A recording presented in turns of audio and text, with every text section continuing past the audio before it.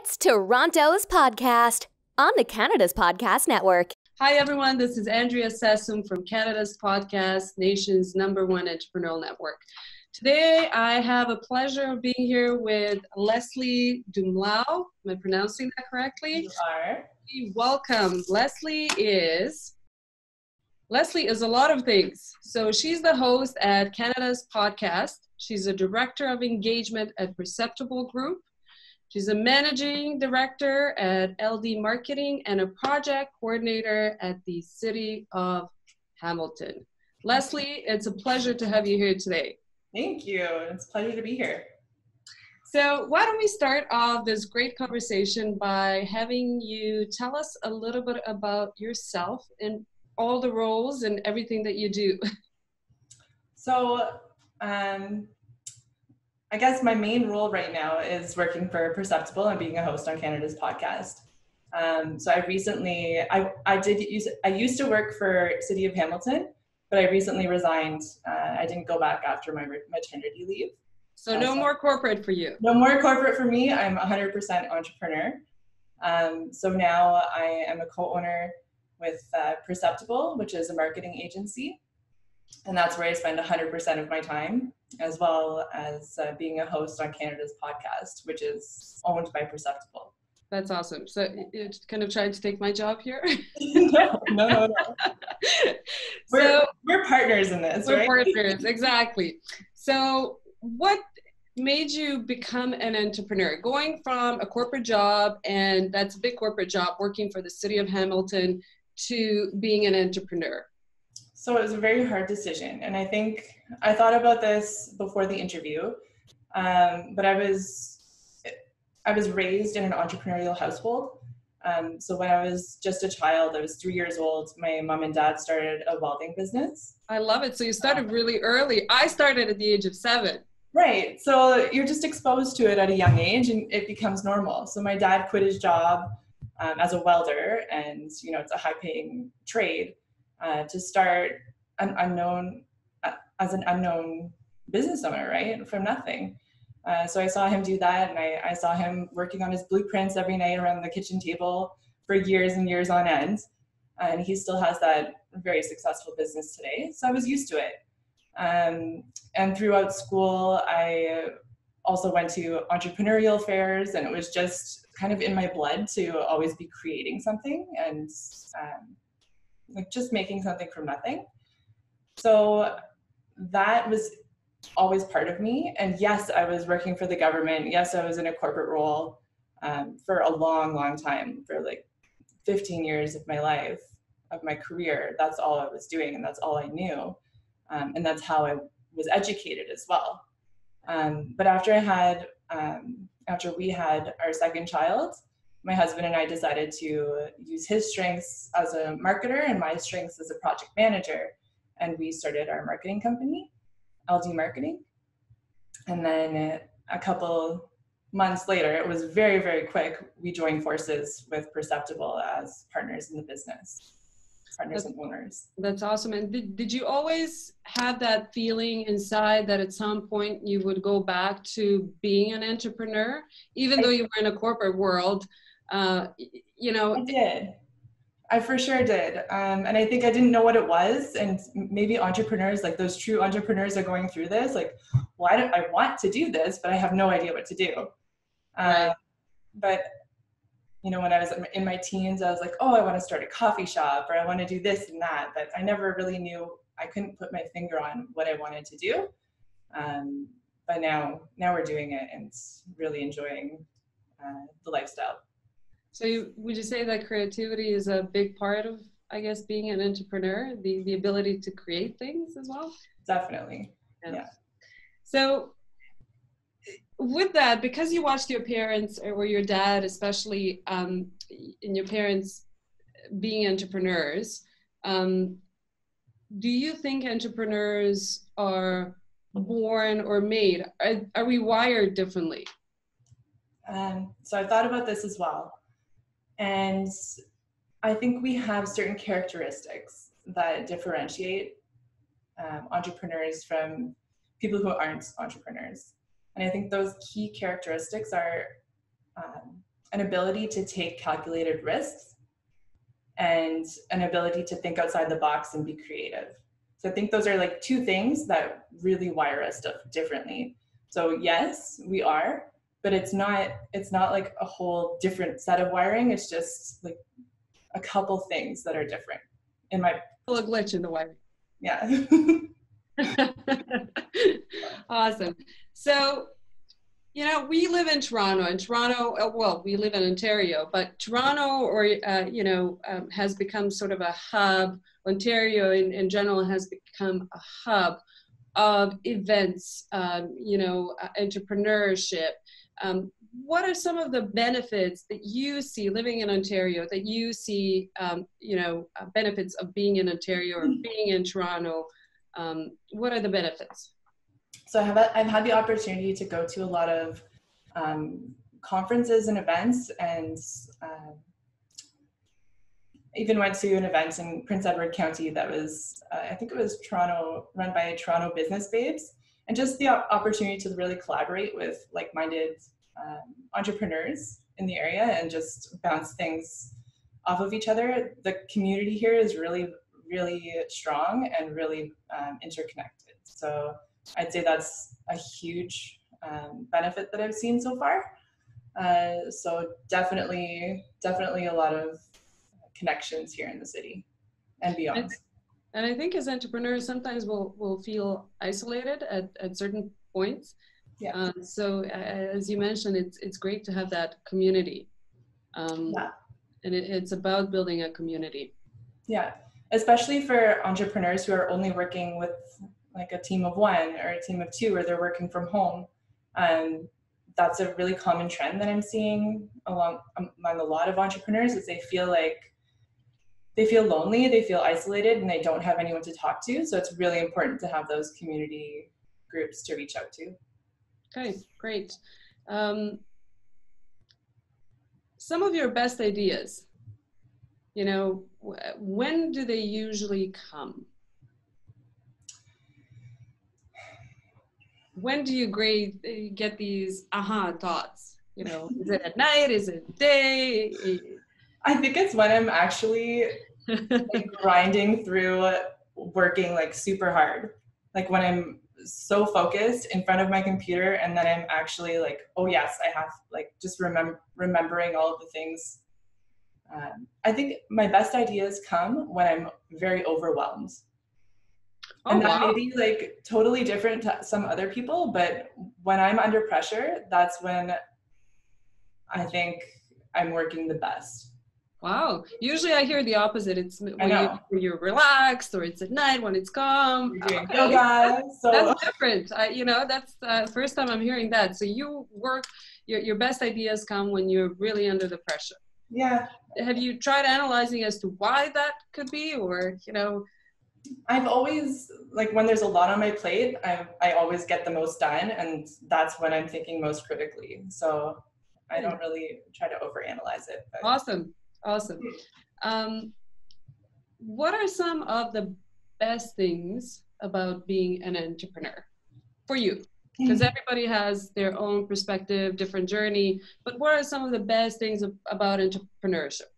So definitely for me, I'm a mom of 2 little kids, and it's 100% the freedom and the flexibility to make my own schedule, to work from home when I need to, and just really having the flexibility. And I work with my husband, so doesn't get better than that. That's a really good thing as well, although some people may say it's not, but I do enjoy having a family business. So definitely great thing about being an entrepreneur. Great. And what are you most excited about in your business these days? So for Perceptible, we're growing, and we're thinking about, we're looking for a new office. We're going to be hiring on new staff. We're really growing our business in some different ways, as well as Canada's podcast. So Canada's podcast has some new iterations coming as well that are really exciting, and I'm not going to divulge on this podcast, but they're up and coming, and I think there's people are just gonna have to tune in, and people are gonna have to tune in and subscribe to all of our channels. But definitely like some really, really exciting things to come in Perceptible in the next 6 months. So like growth is an exciting time in any. It is. It's a lot of hard work, but it's exciting at the same time. Yeah, and it can be scary because there's a lot of different ways that you have to be focused, right? So just being really focused on the vision and defining that path is difficult, but it is very, very exciting. Awesome. So tell me about the vision you have for your business. You said you're working on some really exciting things, and this year will be great. You're looking for a new office, new space, growing your team. So what is the vision you currently have, a year down the road for your business? We'd like to have a bigger office space, bring on some great clients, and really focus on our media properties. So that being Canada's podcast, and we have a few other media properties that we're working on. So really focusing on those media properties driving the majority of our business. So that would be in, what did you say, 2 years?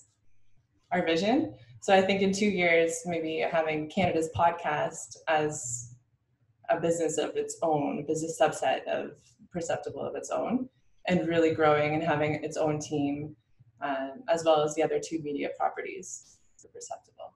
Wonderful. Yeah. Those are all exciting plans in the next 2 years. Mm-hmm. So what drives you as an entrepreneur? You, Lesley, what drives you towards that vision? What drives me towards that vision? It's a hard question, right? It is a very hard question. And I think there's different things, but for Canada's podcast specifically, it's helping other entrepreneurs and being able to create that community.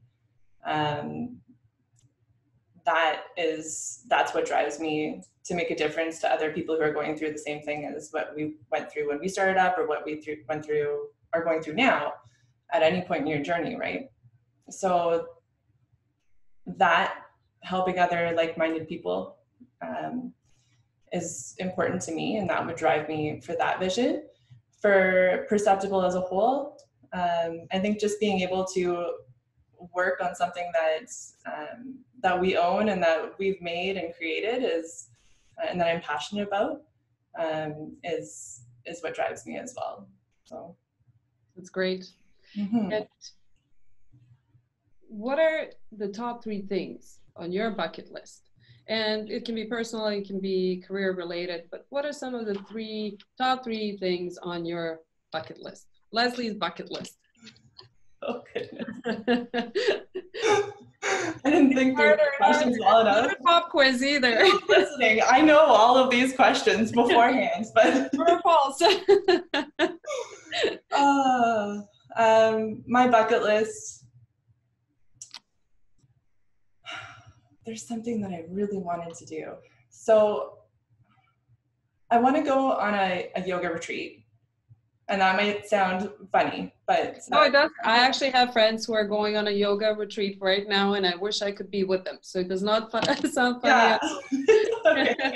A lot of people, that's their bucket list, and you know what? It's very hard to get away nowadays, especially for entrepreneurs. Yeah.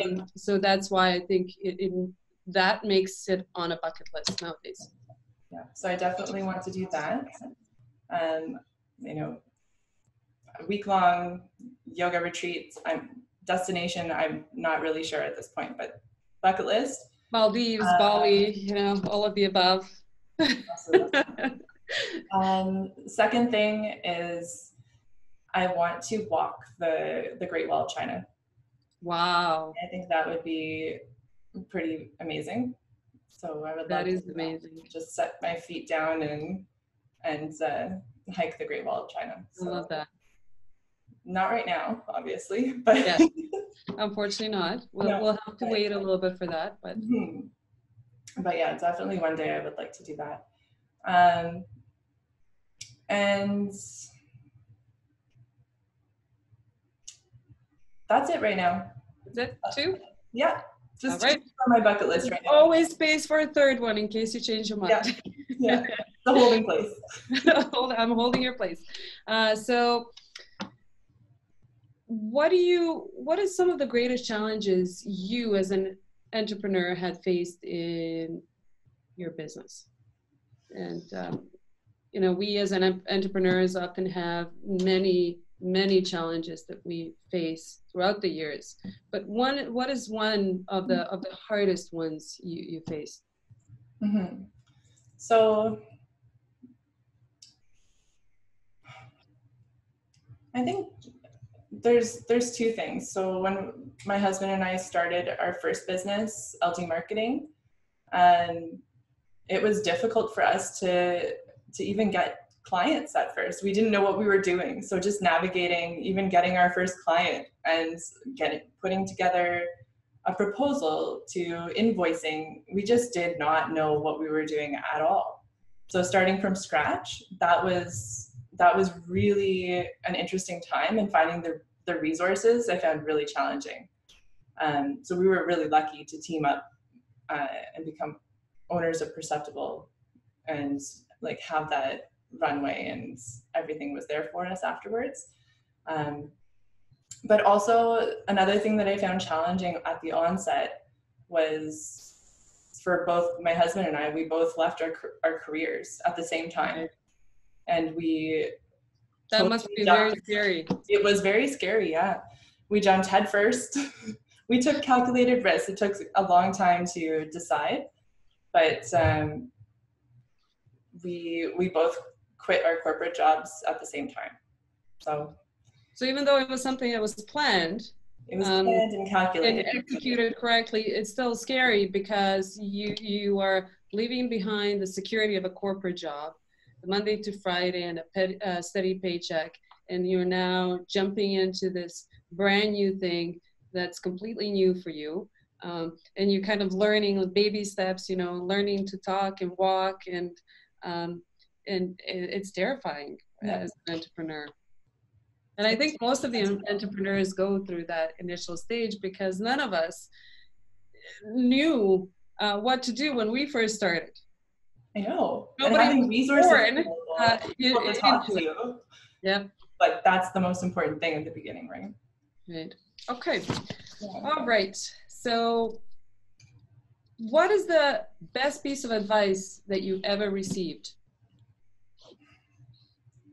I can't remember who told me this.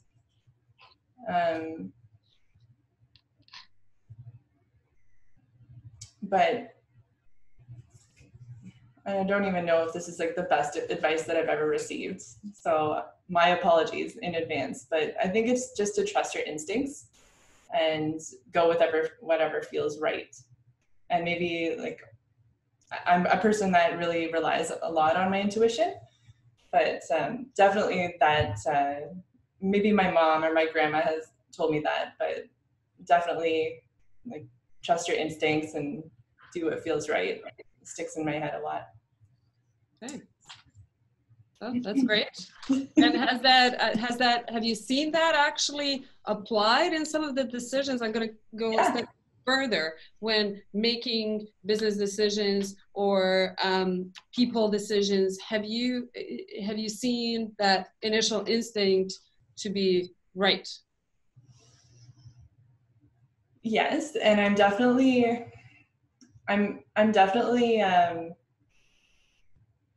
it definitely has. So when I didn't go back to my corporate job, for example, it just felt right to not go back, and it wouldn't have felt right otherwise. I wanted to join Perceptible. I wanted to give it 100% and just give my full energy.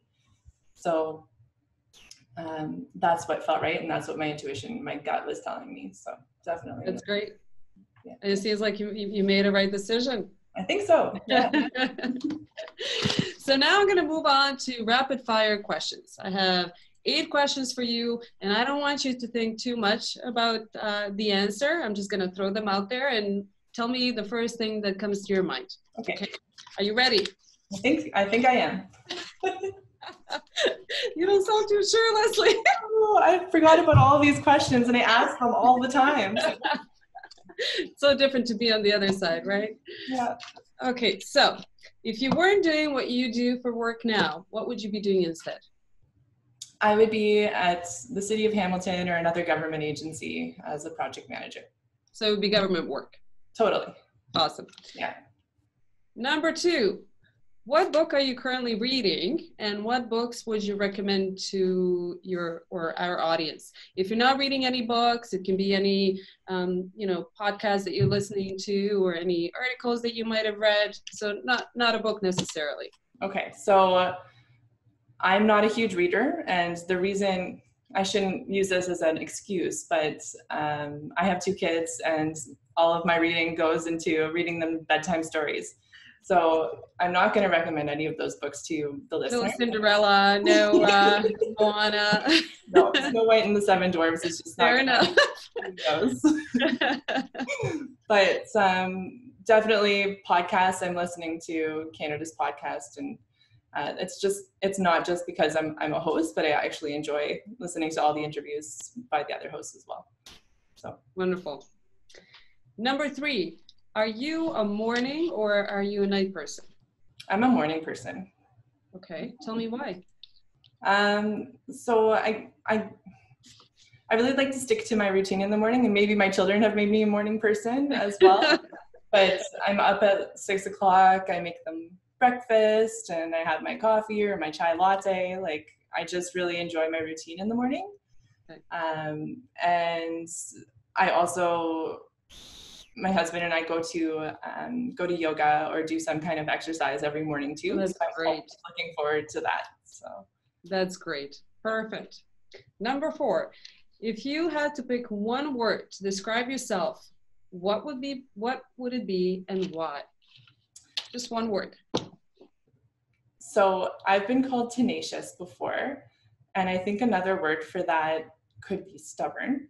So I'm very stubborn, but I'm also very persistent and tenacious when I have my mind set on something.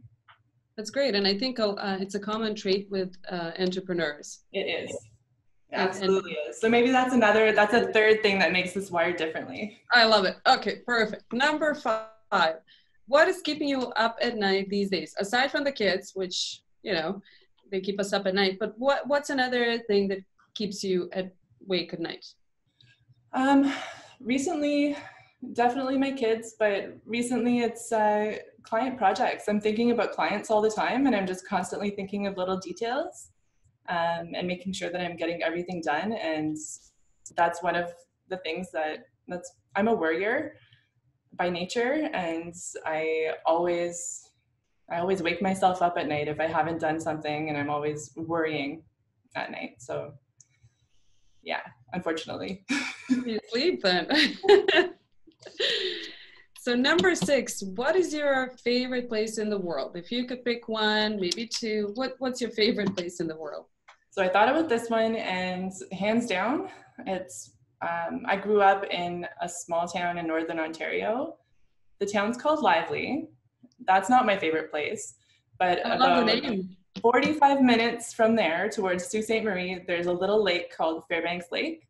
And I went there, that's where my parents live, and I basically grew up there, living on the lake. And it's the most beautiful, peaceful place in the world. And that's my favorite place. Wonderful. And I love the fact that your favorite place in the world is in Canada and is in Ontario. It is. Love it. Yeah. Okay.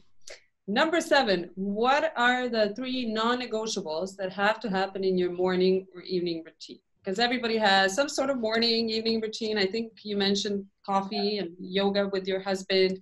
So is that part of your everyday morning routine or night routine, whatever you have? Yeah, so definitely I'll tell you my morning routine. So So definitely coffee or chai latte. I've been trying to switch it up and get away from less caffeine. Yeah. Well, chai latte still has caffeine, but like a little bit less. The other. And then I bring my kids to school or daycare. And then I always go to yoga, usually yoga or some kind of class at the gym. And that just helps me get like mentally prepared for the day. So that would be like the 3 non-negotiable things in my morning routine for sure. That's great. I usually listen to some kind of music in the morning as well. Very good. Yeah. Very good. Number 8, there's a small tropical island in the middle of the ocean or in the middle of the lake. Yeah. Fairbanks Lake. It's too close, it's too small. Okay. With only 1 phone booth and no internet. We drop you off there with no technology at all. At any time, you can use the phone booth on the island to call the boat to come to pick you up. How long do you think you would last before making a phone call? I last about 3 days. And what would you do until then? I would last about 3 days. I would go get all the coconuts that I could find. It's not very long, but I would not call anybody. I wouldn't have my family with me. I would just want to like kind of decompress and clear my head for 3 days and chill out on the beach. I'm kind of a beach bum. And then I would like get some coconuts and try to find some fish. And then I would definitely make a phone call and come back to my family. Okay, that's great. 3 days.